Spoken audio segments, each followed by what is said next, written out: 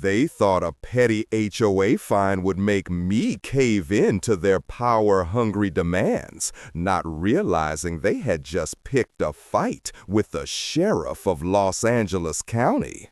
But what happens when I uncover their illegal scheme, targeting the hard-working first responders in our community, and decide it's time for the hunter to become the hunted? Welcome to my channel. Comment below where you're watching from. I'll never forget that morning. It started like any other day, but it ended up changing our entire neighborhood forever. As I walked out to my truck, ready for another long shift at the sheriff's department, I noticed something bright green tucked under my windshield wiper. At first, I figured it was another restaurant flyer, but my stomach dropped when I realized it was an HOA violation notice. $85 for improper lawn care. You've got to be kidding me. There I stood, uniform on, coffee in hand, staring at my yard. The grass looked just as it had for the past 12 years I'd lived here, green, healthy, and freshly mowed. Sure, it wasn't a picture-perfect golf course, but it was neat and well kept. That's when I heard the sharp click of high heels on the sidewalk. "Good morning," came a sugary sweet voice with a razor's edge. It was Linda Harper, our newest HOA board member, doing her self-important inspection walk with a tablet in hand. She had moved in barely 6 months ago and immediately lobbied her way onto the board. Now, 3 weeks into her position, she was making everyone's life miserable. "Mrs. Harper," I said politely, holding up the notice, "mind explaining this? My lawn meets every reasonable standards." Without even looking up, she replied, "Section 9, Paragraph 2 of the HOA Guidelines clearly states that grass must not exceed 3 inches. Yours is approximately 3.5. She kept tapping away at her screen, probably logging yet another violation somewhere. I took a slow breath, remembering my years of dealing with difficult people. "I'll mow it this weekend." "Rules are rules," she chirped, finally glancing up. "And the fine doubles if not paid within 72 hours. Oh, and you might want to do something about those garden statues. They're not on the approved decoration list." My wife's garden statues, the ones she had collected before she passed. I felt my blood pressure spike but kept my tone steady. I wasn't aware we needed board approval for long-standing decorations. "New board, new rules." She waved her tablet cheerfully.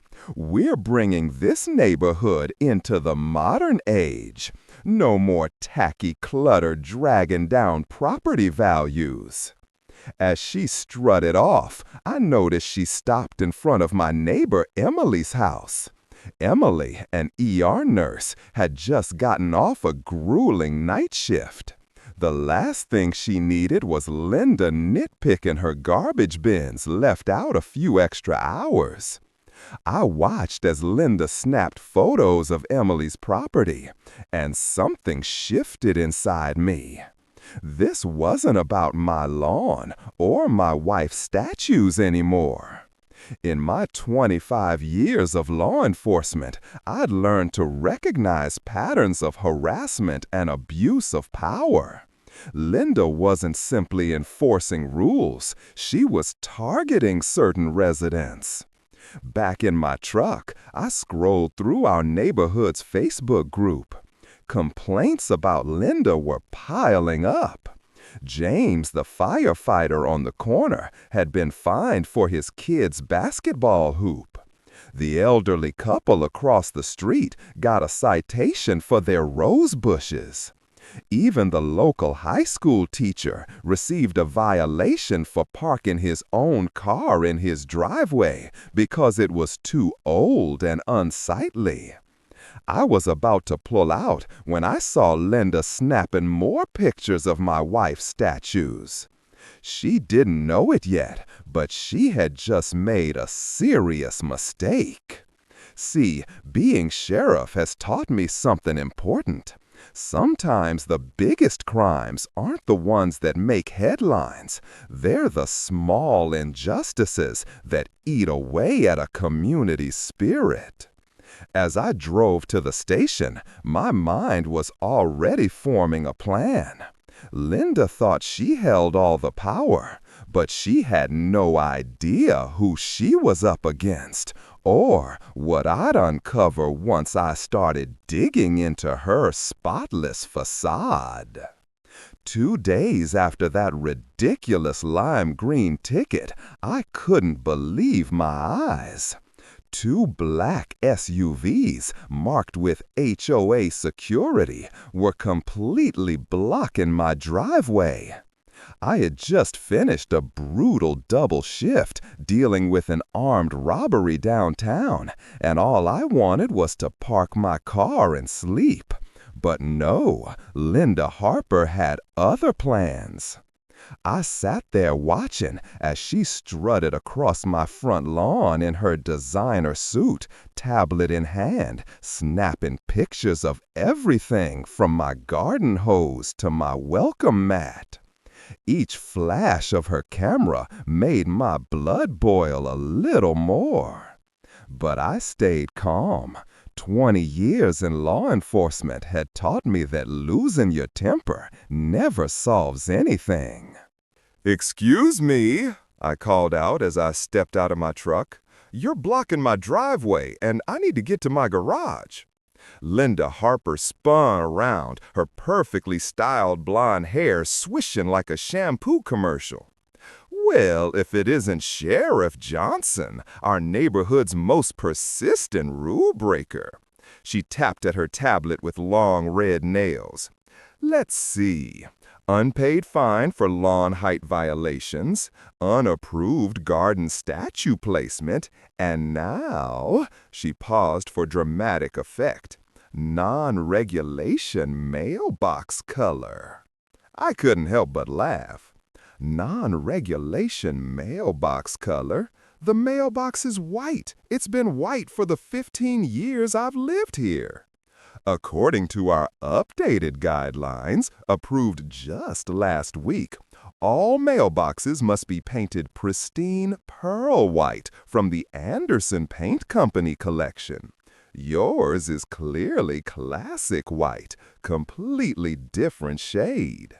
She smiled as if she'd just solved a homicide. I pulled out my phone and started recording. "Linda, I understand you're new to this neighborhood, but these so-called security vehicles are parked illegally. They're blocking access to my property, which is a violation of City Ordinance 20-345. Her smile flickered for just a second. "I have full authority as an HOA board member to enforce community standards. These officers," she gestured to 2 men in ill-fitting uniforms leaning against their SUVs, "are here to ensure compliance." That's when I noticed something odd about their badges. They looked almost like real police shields, but not quite. As sheriff, I knew every licensed security company in Los Angeles County, and Harper Security Solutions wasn't one of them. I took a steadying breath and tried reason one last time. "Look, I get you're trying to maintain property values, but blocking someone's driveway over an $85 isn't just unreasonable, it's illegal. I'd hate to have to escalate this." Her face turned the same shade as her nails. Is that a threat, Sheriff Johnson? Because I have photos documenting every violation on your property, and the HOA board will be very interested in your aggressive attitude. She turned to the guards. Make a note of his threatening behavior. As they fumbled with their notepads, I noticed their shoulder patches were peeling, cheaply printed, like they'd been run off at a copy shop. My instincts told me something wasn't adding up. I quickly pulled up the city's business license database on my phone, keeping one eye on Linda as she continued photographing my yard. 3 taps later, I had what I needed, or rather, what wasn't there. No security company registered under her name, not even under her brother's name, the same man I'd seen at the last HOA meeting wearing a similar knockoff uniform. Just then, Mrs. Garcia from next door rushed out in her scrubs, clearly on her way to work. Sheriff Johnson, thank goodness, they've been blocking my driveway too, and I'm late for my hospital shift. I watched Linda's face carefully as she heard the word sheriff. Her eyes widened just slightly, and her tablet nearly slipped from her fingers. But instead of backing down, she lifted her chin. Your title doesn't matter here, Sheriff Johnson. HOA rules apply equally to everyone. Now, if you'll excuse me, I need to document a few more violations before processing additional fines for your uncooperative behavior. She walked off, clutching her clipboard to her chest like a shield. I knew this was far from over. In fact, it was just the beginning. Something about these so-called security measures smelled rotten, and I was determined to find out how they had ever been approved. I never imagined a simple lawn dispute would expose something so disturbing in our neighborhood. It began when Emily, the ER nurse who lives 3 houses down, knocked on my door at 6 in the morning. Still in her scrubs, she was fighting back tears. She had just come off a brutal overnight shift treating victims of a bus crash, only to find her entire front yard plastered with bright orange violation notices. Sheriff, she whispered, hands shaking as she held up the stack of papers. They're threatening to put a lien on my house because my garbage bin stayed out 1 extra day while I was working a double shift. The sight of a nurse who had just spent 16 hours saving lives being harassed over trash bins made my blood boil. And Emily wasn't the only one. As I started asking around, more stories poured in. James, the firefighter on Maple Street, had been slapped with citation after citation for his kid's basketball hoop. The same hoop that had been there for 5 years without issue until Linda joined the board. The Martinez family got fined because their Christmas lights stayed up 2 days past Linda's arbitrary deadline. They hadn't taken them down because they'd been at their grandmother's funeral. Mr. and Mrs. Thompson, the elderly couple across the street, were cited for unauthorized rose bushes they'd been tending for over a decade. Even Mr. Davis, the local high school teacher, received a violation because his 10-year-old sedan was too unsightly to park in his own driveway. That evening, I spread all the complaints across my kitchen table like pieces of a puzzle. The pattern was undeniable. Linda wasn't just being picky. She was deliberately targeting homes where people worked long or irregular hours. Nurses, doctors, firefighters, first responders. People who couldn't always be home to jump through her hoops. And that's when I realized this wasn't just bad leadership. This was harassment, plain and simple. At every turn, my instincts as sheriff kicked in.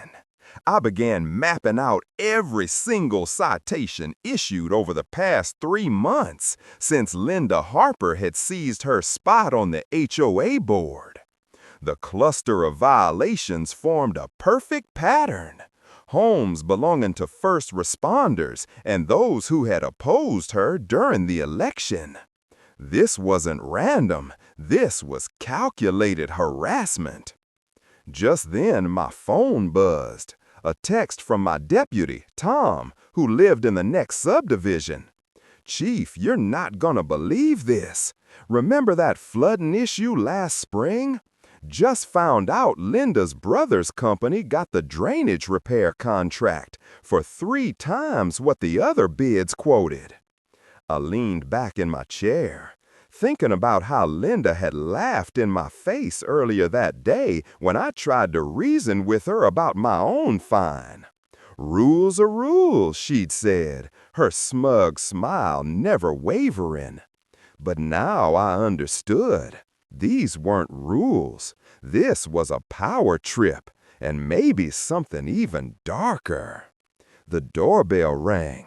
It was Mrs. Chin from across the street, an elderly widow who'd lived here longer than anyone. She glanced over her shoulder nervously. "Sheriff," she whispered, "I saw them installing cameras on the street lights today. They didn't ask permission.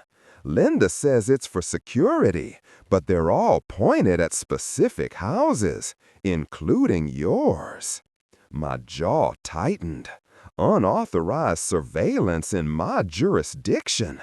This wasn't just nuisance behavior anymore. This was potentially criminal. But I needed solid proof. If I moved too soon, Linda would play the victim, claim I was abusing my badge.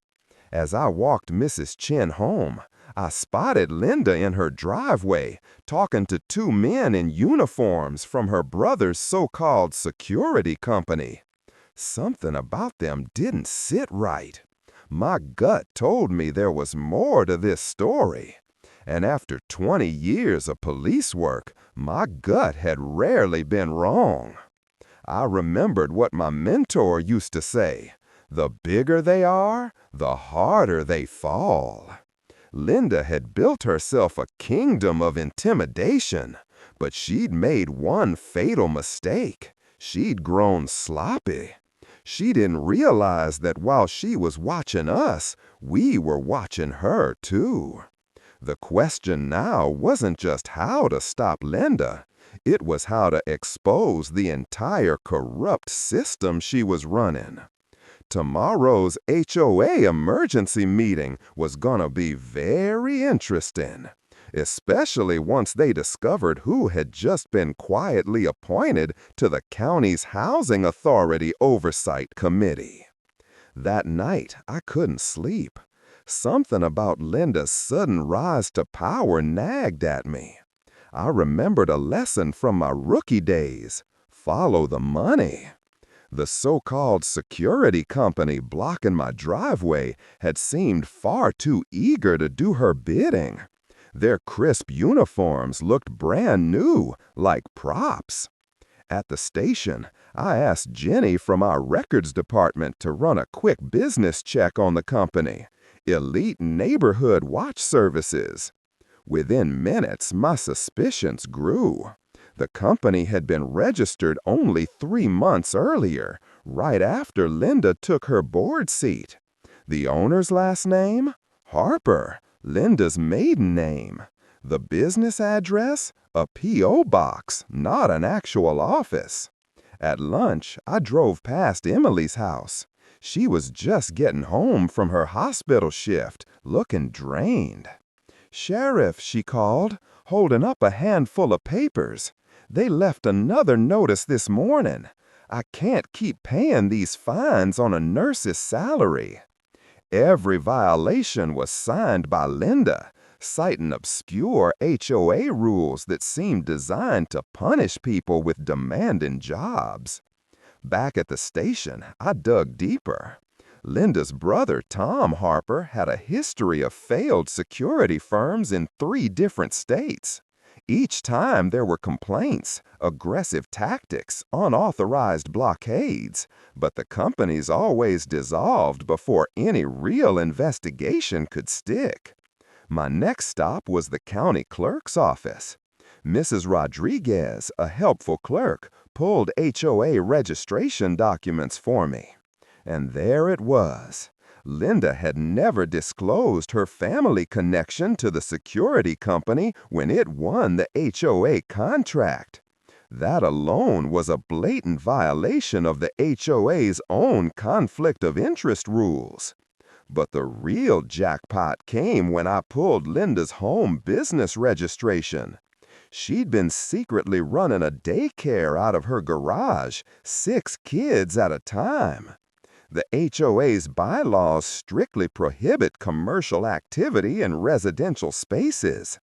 It was the exact same rule she'd been hammering other neighbors with for home offices.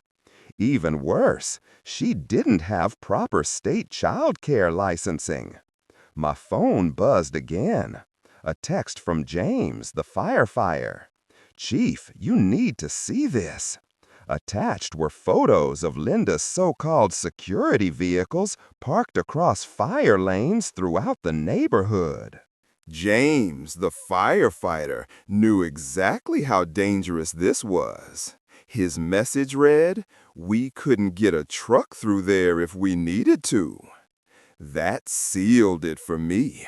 I spent the rest of the afternoon building my case.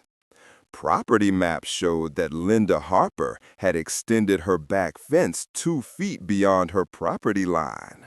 Cruiser footage confirmed her so-called security company had blocked emergency vehicle access multiple times. HOA financial records revealed she'd been pushing the board to raise fines while funneling every single security contract straight to her brother's sham business.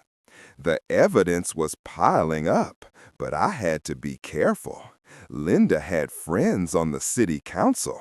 If I made a single misstep, she'd spin it as harassment. Everything needed to be airtight, documented, legal.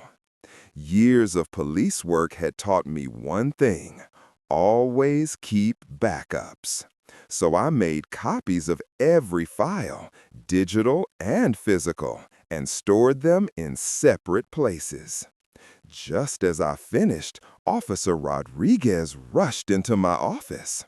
"Chief, you won't believe this. Linda's company tried to boot Dr. Thompson's car at the emergency room entrance. He was rushing in for a critical surgery."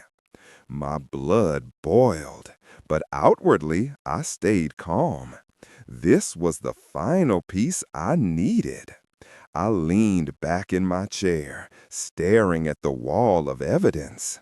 Linda had no idea what was coming. In her greed and arrogance, she'd left a trail so wide, even her staunchest supporters couldn't ignore it. Then my phone buzzed again.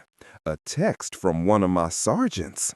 Linda just submitted a proposal for expanded security measures.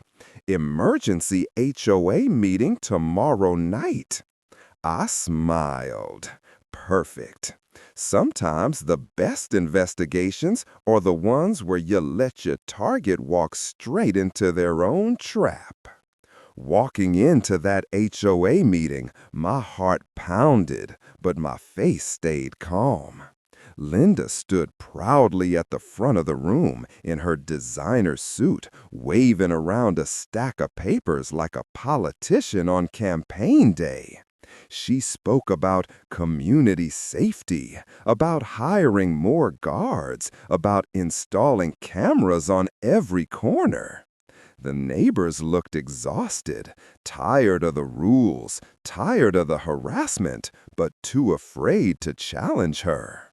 When she finally called for a vote, I raised my hand. The familiar weight of my badge in my pocket steadied me. "Before we vote," I said, rising slowly, "there's something everyone here needs to know." Linda's eyes narrowed. Out of uniform, she didn't recognize me right away. "I'm Sheriff Johnson," I said clearly, "and I've been investigating some very concerning issues." I pulled out my folder, thick with evidence. The projector flickered on, revealing photos of Linda's unlicensed daycare running out of her garage. "These pictures show a commercial daycare operation. That's against HOA rules and state regulations, Mrs. Harper." Her face flushed crimson. "How dare you? This is private property." "Public records aren't private," I replied calmly, clicking to the next slide. "Neither is this business registration, showing your brother owns Elite Neighborhood Watch Services, the same company patrolling our streets without a license." The room erupted in whispers. Mrs. Chen stood up. "She fined me $200 for my New Year's decorations." Mr. Davis added, "She cited me for parking my own car in my driveway." Mr. and Mrs. Thompson spoke next, trembling with anger. "She threatened us over our rose bushes." The floodgates opened. One by one, neighbors stood and told their stories: chalk drawings, bird baths, garden statues, holiday lights. Every voice made Linda's mask crack a little more. I showed the final slide, photos of her guards blocking driveways, issuing fake tickets. "This," I said firmly, "is impersonating law enforcement, a serious offense." Linda's voice shook as she shouted, "You can't prove anything. I was making this neighborhood better. These people need rules." "Rules apply to everyone," I answered, my voice steady.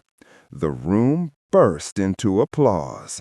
Mr. Jenkins, the HOA president, called for an emergency vote. Hands shot up across the room, nearly unanimous. Linda Harper wasn't just removed from the board, she was banned from ever serving again. As she shoved her way past the crowd, her eyes brimmed with furious tears. "This isn't over," she hissed. But looking at my neighbors, united for the first time in months, I knew it was. Sometimes justice wears a badge, and sometimes it just needs someone willing to stand up. The HOA meeting was packed. I had never seen so many neighbors show up before. Linda Harper sat at the front table, tapping away at her tablet like she owned the place. She didn't even glance up when I entered. "Before we vote on these new security measures," I announced, rising from my seat in the back, "I'd like to address the board." Linda's head snapped up, her eyes narrowing as I walked forward. "For those who don't know me, I'm Sheriff Johnson. I've lived here for 15 years, and I also serve as Sheriff of Los Angeles County." Whispers rippled through the room. Linda's tablet slipped from her hands, clattering against the table. I saw her brother, the so-called owner of Elite Neighborhood Watch Services, shift uncomfortably near the door. "Over the past 3 months," I continued, holding up my first piece of evidence, 47 fines have been issued in our community. 35 of them were given to first responders and essential workers. The projector clicked on, displaying a color-coded map of the citations. Red dots clustered around the homes of firefighters, nurses, and teachers. "Notice any pattern?" I asked. Mrs. Thompson, our retired school principal and the longest-serving board member, adjusted her glasses with trembling hands. "But that's not all," I said, pulling out another set of documents. The company enforcing these citations, Elite Neighborhood Watch Services, isn't just unlicensed, it's operating illegally under California law. Linda's brother shot up from his chair, making for the exit. But two uniformed deputies I had stationed outside were already waiting. "This is outrageous," Linda shouted, springing to her feet. "You can't use police resources for personal vendettas." "You're right," I replied with a calm smile. "That's why everything presented tonight comes from public records and legal channels, including these documents showing your unregistered home daycare. That's a direct violation of Section 7 of our HOA agreement, the same section you've been using to fine your neighbors." The room erupted. One by one, neighbors spoke. The single mom fined for keeping her holiday lights up in January while working double shifts. The elderly couple cited because their medical supply van parked too long in their driveway. Mr. Davis, the local teacher, punished for chalk drawings his students had made. Mrs. Thompson stood, her voice steady and clear. "I moved to immediately remove Linda Harper from the board and launch a full audit of all fines issued under her authority." "Second," 5 voices shouted at once. Linda's face went from red to white. "You can't do this. I was protecting property values. I was maintaining standards." "No," I said quietly. "You were bullying people who didn't have time to fight back. But that ends today." The vote was unanimous. As Linda stormed out, her designer handbag swinging wildly, neighbors hugged one another. Emily, our ER nurse, cried as James, the firefighter, wrapped her in a reassuring embrace. Mrs. Thompson and I stayed late, combing through the records. In total, more than $115,000 in unfair fines had been collected, each one more ridiculous than the last. Plans to refund them began immediately. The next morning, as I drove past Linda's house, a moving truck sat in the driveway. Her brother's so-called patrol cars were gone, replaced by legitimate county officers ensuring the movers had proper permits. Word spread fast. Kids played in their yards again without fear of citations. Neighbors greeted each other freely. Mrs. Thompson organized a community barbecue to celebrate the return of common sense. But the moment that stayed with me came a week later. I was watering my lawn, 3.5 inches tall, just as Linda used to measure, when Emily's daughter ran up with a handmade card. Inside was a crayon drawing, me in uniform, standing in front of a rainbow-colored house.